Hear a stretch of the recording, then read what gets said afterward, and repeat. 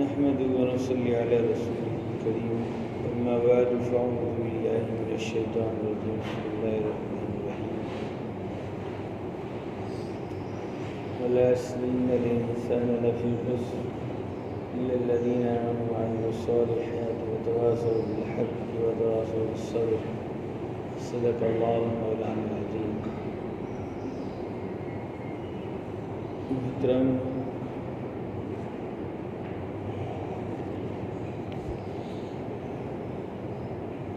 اللہ پاک کا ارشاد ہے، اللہ پاک کا احسان ہے، اللہ پاک نے ہم سب کو اسلام کی دولت سے نوازا، مسلمان کے گھروں میں پیدا فرما کر اللہ نے احسان فرمایا. آدمی اس کے لیے جتنا بھی شکریہ ادا کرے کم ہے، کیونکہ اللہ نے محض اپنے فضل سے، اپنے کرم سے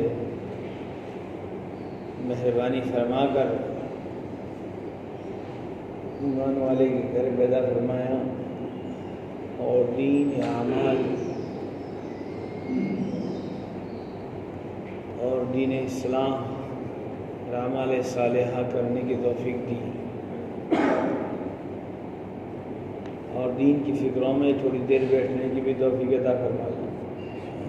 بہت سارے لوگ مجمع میں تھے، اعلان ہوا، لیکن لوگوں نے دل پر نہیں لیا، اللہ نے توفیق بھی نہیں دی، چلے گئے.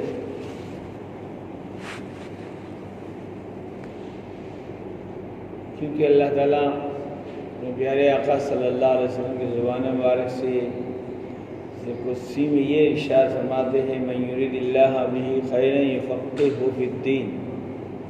جس بندے سے اللہ محبت فرماتا ہے اس کو دین کی سمجھ دیتا ہے، دین کی توفیق دیتا ہے. دین کا چھوٹا سا بھی کام، ایک چھوٹا عمل بھی، ایک چھوٹی سنت بھی اتنی بڑی وقت ہے اللہ کے نزدیک کہ چھوٹی سنت کے اندر اللہ رب العزت نے ایسی طاقت رکھی ہے کہ اسی کرنے پر پورے ساتوں آسمان کا نظام اللہ حرکت میں لا سکتا ہے اور ہمارے فیور میں کر سکتا ہے.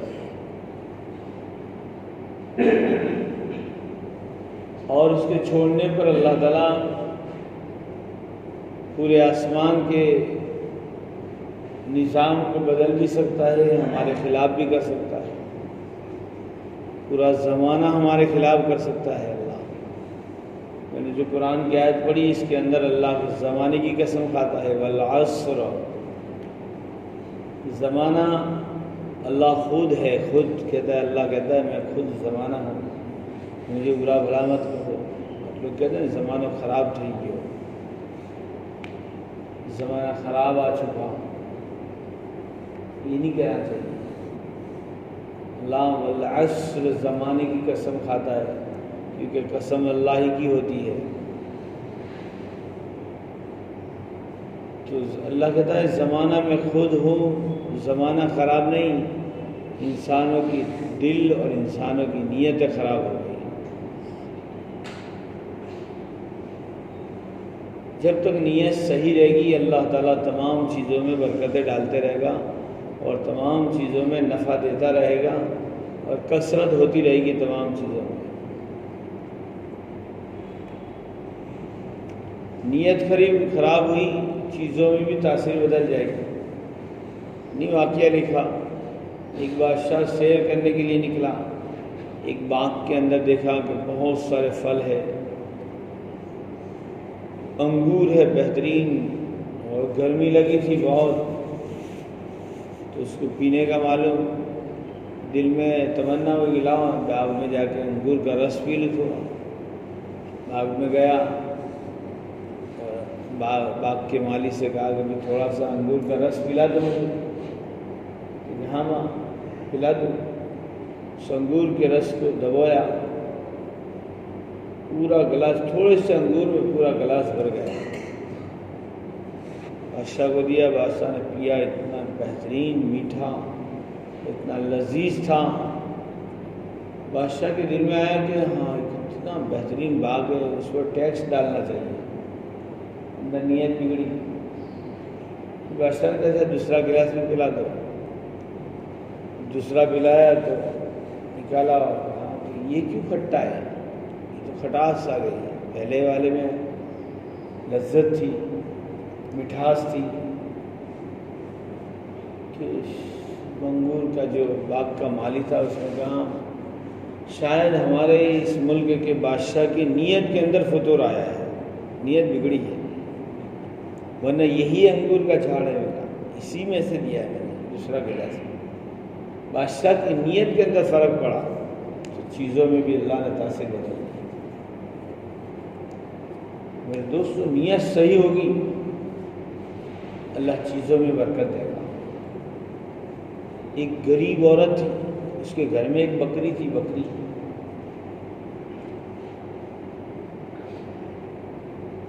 تو بکری کے اندر ایک آنچل کے اندر دودھ نکلتا تھا اور ایک کے اندر شہد نکلتا تھا، قدرتی اللہ کی طرف سے۔ تذکرۃ الاولیاء، حکایت صحابہ، فضائل اعمال میں بھی یہ واقعات لکھے ہوئے ہیں۔ تو ایک میں دودھ اور ایک میں شہد، شہد بھی اتنا بہترین لذت والا، بس یہ عام طور سے پورے شہر میں مشہور ہو گیا کہ بھئی لوگ دیکھنے کے لیے آیا کرتے تھے، لوگ اس کو چکھتے تھے، پیتے تھے۔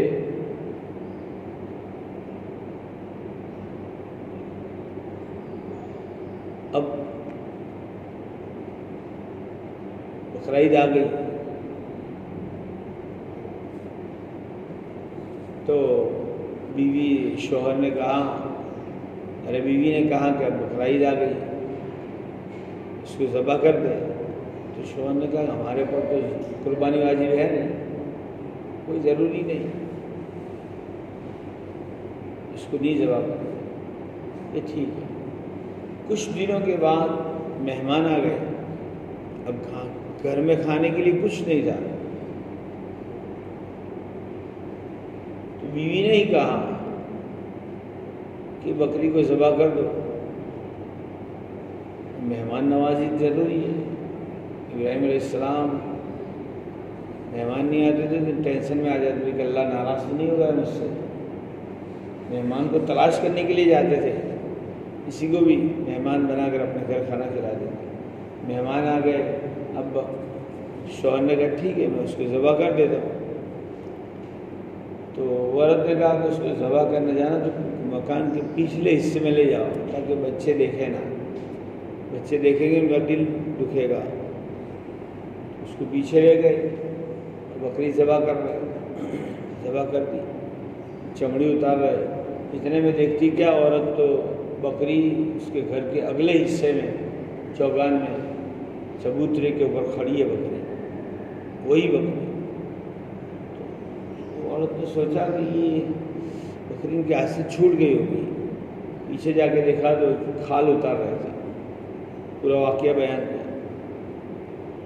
شوہر نے کہا اللہ کے لیے کیا وہ خوش بعید ہے، مہمان نوازی کی برکت سے اللہ نے دوسری برکت دی۔ پھر بچوں کو نصیحت کی کہ دیکھو بیٹا یہ بکری ہے، بکری یہ دلوں میں چلتی ہے، دلوں میں، یعنی اس کا چارہ، اس کا گھاس، اس کا خوراک دل ہے، دل۔ اگر جب تک تمہارے دلوں میں نیت صحیح ہوگی اللہ اس بکری کے اندر برکتیں ڈالتا رہے گا، اگر نیت بگڑے گی تو اس کے اندر سے برکتیں ختم ہو جائیں گی۔ کہنے کا مطلب کہ ہماری نیت صاف ہونی چاہیے، نیت اچھی ہوگی تو اللہ تعالیٰ بے انتہا برکت دے گا۔ دنیا کی زندگی اللہ رب العزت نے دی ہمیں اس کو بنانے کے لیے دی ہے، بسر کرنے کے لیے نہیں، اس کو اصول کر کے لے جانا ہے۔ ایام خالیہ اس کو کہتے قرآن نے کہا ہے، ذہن میں نہیں آتی کہ جو اللہ نے زندگی دی اس کو ایام خالیہ کہتے ہیں، یعنی تم کو اصول کرنے کے لیے اللہ نے موقع دیا ہے۔ اب اس کو اصول کرنا کیسے ہے؟ اعمال سے۔ اعمال صحیح ہوں گے الحمدللہ وصول ہو جائے گی۔ میں نے آیت پڑھی شروع میں والعصر، اللہ زمانے کی قسم کھا کر کہتا ہے والعصر ان الانسان لفی خسر، کہ تمام انسان خسارے میں ہیں، نقصان میں ہیں، سب کو کہا۔ پھر آگے اللہ نے استثناء کر دیا، الگ کر دیا۔ کون نقصان میں نہیں ہے؟ الا الذین آمنوا، جو لوگ ایمان لائے، خالی ایمان لائے نہیں بلکہ قرآن نے آگے کہا الا الذین آمنوا وعملوا الصالحات، نیک اعمال کیے، اچھے اعمال کیے۔ پھر دوسری صفت بیان کی وتواصوا بالحق، حق بات کی وصیت کرتے رہے، یعنی لوگوں کو کہتے رہے۔ ہماری زندگی، ہماری ذمہ داری دو ہے، وقت کی نبی کی بات کو ماننا، دوسروں کو کہنا، اس امت کی ذمہ داری ہے۔ وتواصوا بالحق، حق بات کی وصیت کرتے رہے، لوگوں کو کہتے رہے، لوگوں کو سمجھاتے رہے۔ اور وتواصوا بالصبر، اور اس بات کے کہنے میں جو تکلیفیں آئی اس پر صبر کرتے رہے۔ یہ لوگ الگ ہیں، یہ خسارے میں نہیں ہے، یوں کہا۔ اللہ نے ایمان والوں کو، اعمال صالحہ والوں کو اور حق بات کی دعوت دینے میں اپنے آپ کو چلاتے رہے، اس پر جو تکلیفیں آتی رہی اس پر صبر کرتے رہے، ان لوگوں کو اللہ نے الگ کر دیا۔ دنیا میں بھی الگ کیا، آخرت میں بھی الگ کرے گا، کہ اللہ تعالیٰ ان کو خوشنما زندگی دے گا۔ من عمل صالحا من ذکر او انثی وهو مؤمن فلنحینہ حیاتا طیبہ، دنیا کی زندگی خوشگوار بنا دے گا ان کے لیے جو ایمان لائے، اعمال صالحہ کرے، اور دو صفت ہے دوسری، حق بات کہے، اس پر جو تکلیف ہے اس پر صبر کرتے رہے، اللہ ان کی زندگی خوشنما خوشگوار بنا دے گا۔ اور وہاں تو فی ہے ہی خالدین فیہا ابدا، ہمیشہ ہمیشہ جنت میں رہیں گے۔ کون سی جنت؟ جنات تجری من تحتها الانہار، ایسی جنت جن کے نیچے سے نہریں جاری ہوگی۔ یہ تو آخرت کا بدلہ، دنیا میں بھی اللہ خوشگوار زندگی بنائے گا، برخلاف اس کے جو ہماری زندگی اللہ کے حکم کے خلاف گزری، پیارے آقا کے طریقے کے خلاف گزری، تو اللہ تعالیٰ قرآن میں یہی کہتا ہے من اعرض عن ذکری فإن له معیشۃ ضنکا، جو ہمارے حکم کو چھوڑ دے گا، روگردانی کرے گا، پس پشت ڈال دے گا، ہم اس کی زندگی کو تنگ بنا دیں گے۔ یہ دنیا کا عذاب ہے،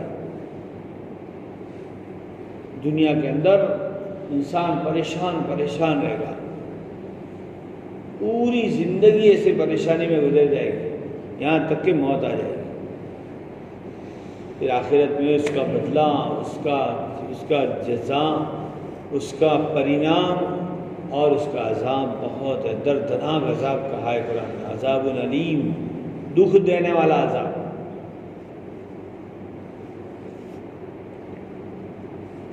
وَنَحْشُرُهُ يَوْمَ الْقِيَامَةِ أَعْمَىٰ، قیامت کے دن اس کو اندھا اٹھائیں گے۔ دوسرے بہت سارے عذاب قرآن نے بیان کیے ہیں۔